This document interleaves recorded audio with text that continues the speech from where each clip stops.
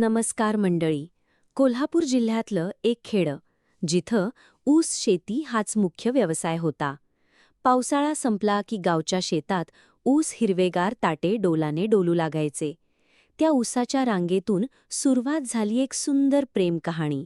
ऊसात दोघे जण. सुरू सकाळचे 7 वाजले होते. ऊन पडलेलं, पण हवेत अजून गारवा होता. शंकरराव देशमुख यांच्या शेतात मजुरांचे गाडके सुरू होतं. ऊस कापणीला सुरुवात झाली होती. माया 20-22 वर्षांची, डोळ्यात चमक असलेली, साधी सोजवळ मुलगी, शंकररावांच्या शेतात कामाला आली होती. पहिल्याच दिवशी सूरज नावाचा तरुण आला होता. तो शंकररावांचा पुतण्या. नुकताच पुण्यातून BSc ॲग्रिकल्चर शिकून परतला होता. सूरज शेतात फेरफटका मारत असताना माया पहिल्यांदा दिसली. डोक्यावर टोपी, चेहऱ्यावर झाकणारा फडका, तरीही तिचे डोळे सूरजच्या नजरेत भरले. तिचं हसणं काहीतरी वेगळंच होतं. सूरजने नकळत स्वतःशीच म्हटलं. सूरज रोज शेतात यायचा. माया मात्र सुरुवातीला त्याला फारसं लक्ष देत नव्हती. पण एक दिवस दुपारी ऊन खूप वाढलं. सर्व मजूर उसाच्या सावलीत बसून जेवायला लागले. माया सूरज एकाच रांगेत बसले. सहज ओळख झाली. काय नाव? सूरजने विचारलं. माया. ती संकोचन म्हणाली. तुझं हसणं भारी आहे ग. सहज तो बोलून गेला.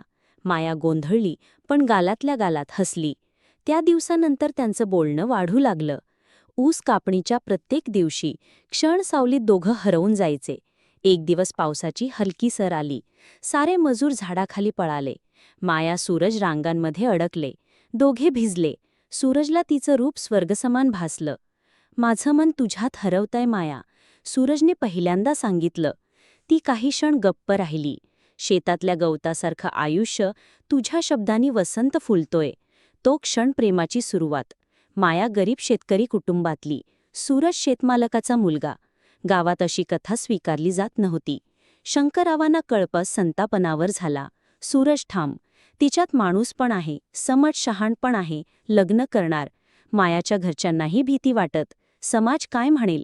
सूरज मायाने ठरवलं हात सोडायचा. गावातल्या हरिबाबा मंदिरात गुपचूप लग्न केलं. सुरुवातीला संघर्ष होता. शंकररावांनी हकालपट्टी केली. सूरजने शिक्षणाचा उपयोग करून सेंद्रिय शेती सुरू. मायाही साथ देत होती. फडशे मारणारी माया आता आधुनिक शेती शिकत होती. त्यांच्या मेहनतीने नवा आदर्श. शंकररावांनी अखेर नमते घेतले. डोळ्यात अश्रू आले. माया पायाशी बसून म्हणाली, बापासारखं प्रेम दिलत, एवढंच पुरेसं आहे.